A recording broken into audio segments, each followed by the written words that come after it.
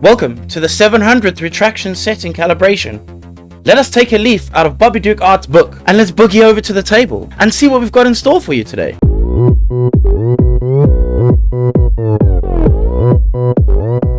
So in today's video, I'm going to be painting Jessica Cruz from the Green Lantern, I think. I'm not really sure, but I painted it anyway. I always start off with the dusting, a light dusting, sanding, getting rid of all the little bits from the supports from printing the models. I dust my models with a big brush that I found from my wife's makeup kit, and then I start to airbrush. I airbrush the base coats. In this case, this is going to be the primer. I make sure to prime everything, get everything as solidly primed as possible. This will help the paint stick to this in the future. I'm going to then start with a metallic green.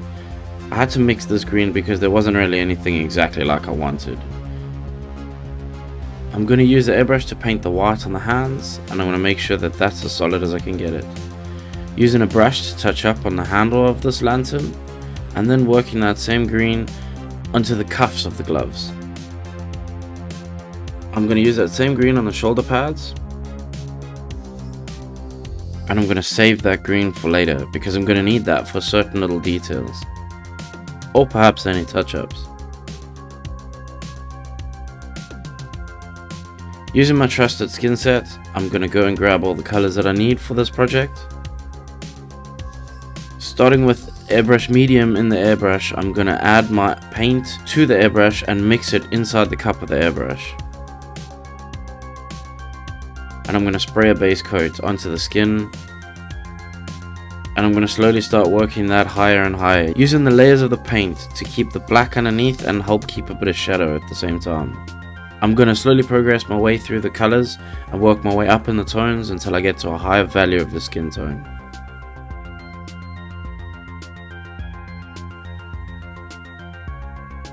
I have done a video previously on skin tones and how I choose to approach skin and skin tones with the airbrush and with the normal paintbrush. So if you'd like to see that, that will be in the top corner right now. This is one of my favorite secret sources. This is called Grimoire Purple from Army Painter. I make this into a super thin glaze. That's using a lot of airbrush medium and a tiny drop of the paint, and I'm going to spray this liberally all over the model. This will help bring more life into the skin and add a slight pinkish tone to the skin. This emulates the blood underneath the skin. I'm going to take a Reichland flesh shade or a similar shade, and I'm going to just work that into all the crevices of the model. This is almost like an underpainting, just helping to darken those areas for when I come and paint them later. Using a nice dark brown, I'm going to paint the hair, make sure that the hair is solid. This will be for setting up the dry brush for this later on.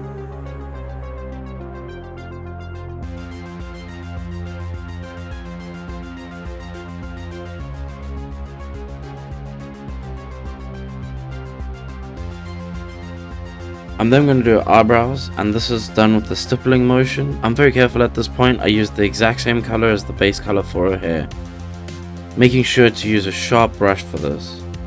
Taking a green wash, I'm going to run that into all the panel lines on the lantern. Being as careful as possible to not get this outside those panel lines, but it's not too much of a biggie at the moment because we're going to clear coat this later and you won't notice that as much.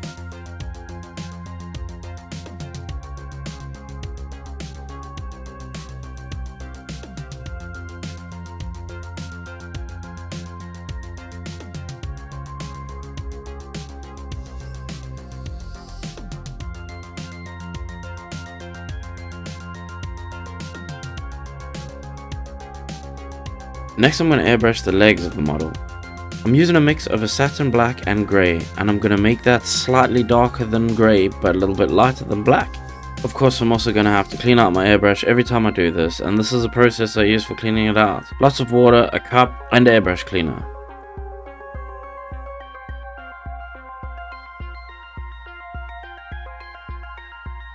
Remember the paint from the lantern and the trim? I've kept that in that little pot, and now I'm going to use that to do the trimming on the pants. Depending on where you are in the world, that could be considered trousers, but I call them pants. I'm going to paint the boots white and the other glove white.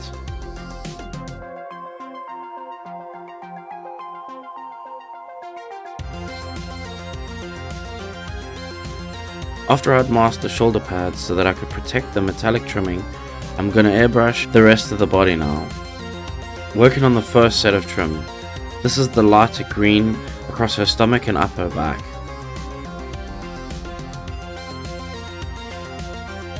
Making sure to get my highlights and shadows in. And of course, cleaning my airbrush again. I'm going to use liquid mask. It's one of my favorite things to use for quick fixes like this. I can fit it into a fairly precise area and it will work very well.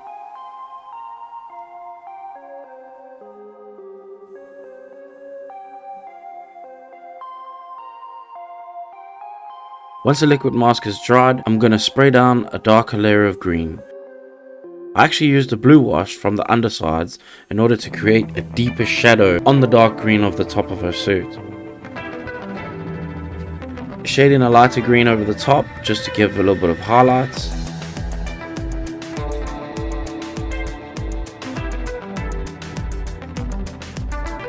And then unmask all that work that we had previously masked up. This is the best part. I love taking off this masking.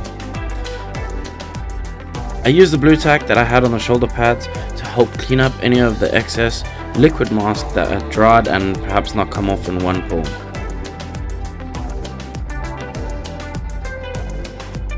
Look how satisfying that is.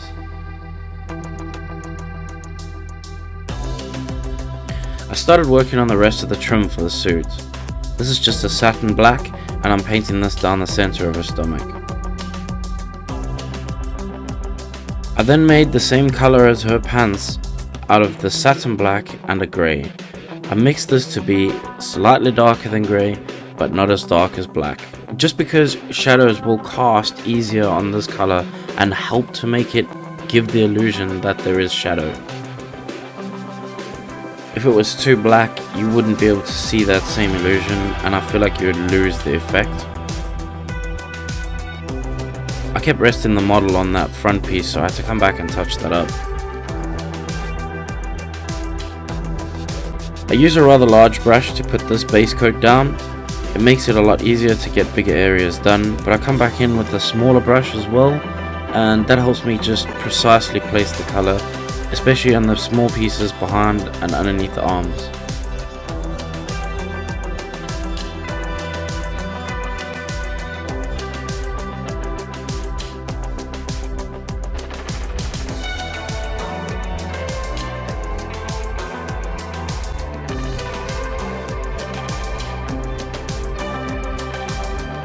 I add a gloss to the metallic on the shoulder pads.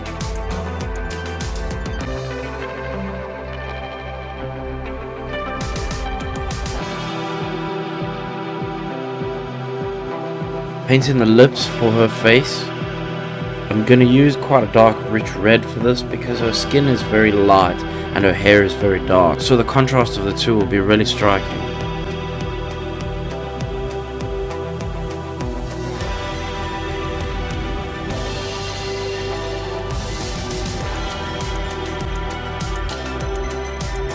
Then I'm going to work on her eyes, and I'm going to start with making a black base coat on the inside of the eyes. Contouring the outside of the eye is very important at this stage. So I take my time and make sure that I get the shape of that eye exactly right.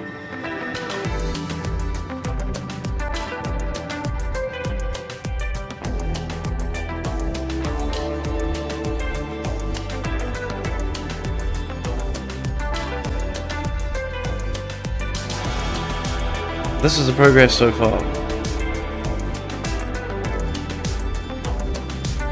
I had to paint the logo on the ring. The sculptor hadn't sculpted it very deep, so I had to paint that pretty much freehand.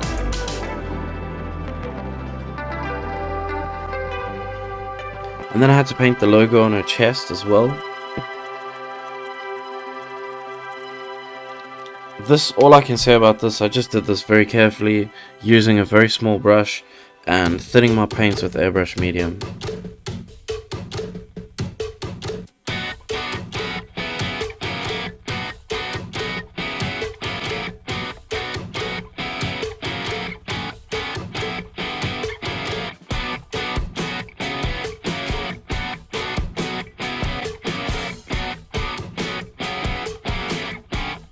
as this is white, it doesn't cover very well, so I had to spend my time and kind of put a few layers over the top of that.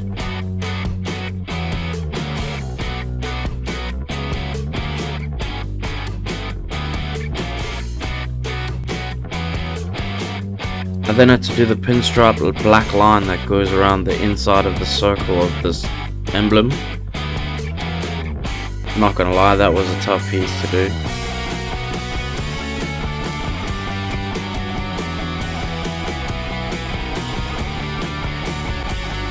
You'll see me make a mistake here and there, and I'll just wipe that off with wet paint. I've showed how to do this in a previous video before.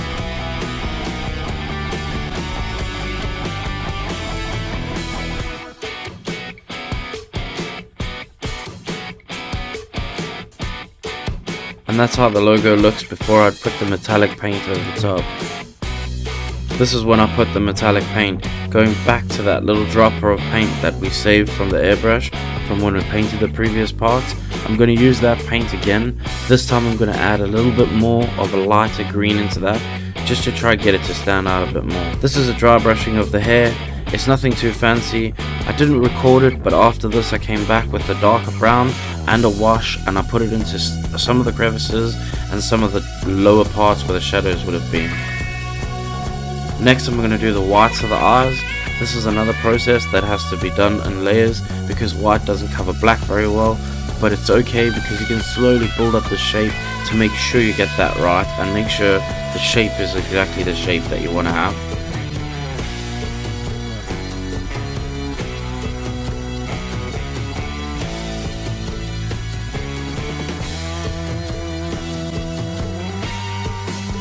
And then I had to freehand this logo that's on an eye. I have made a separate video about that. I hope to have that edited and out to you guys soon. Then I'm going to add the irises and the pupils.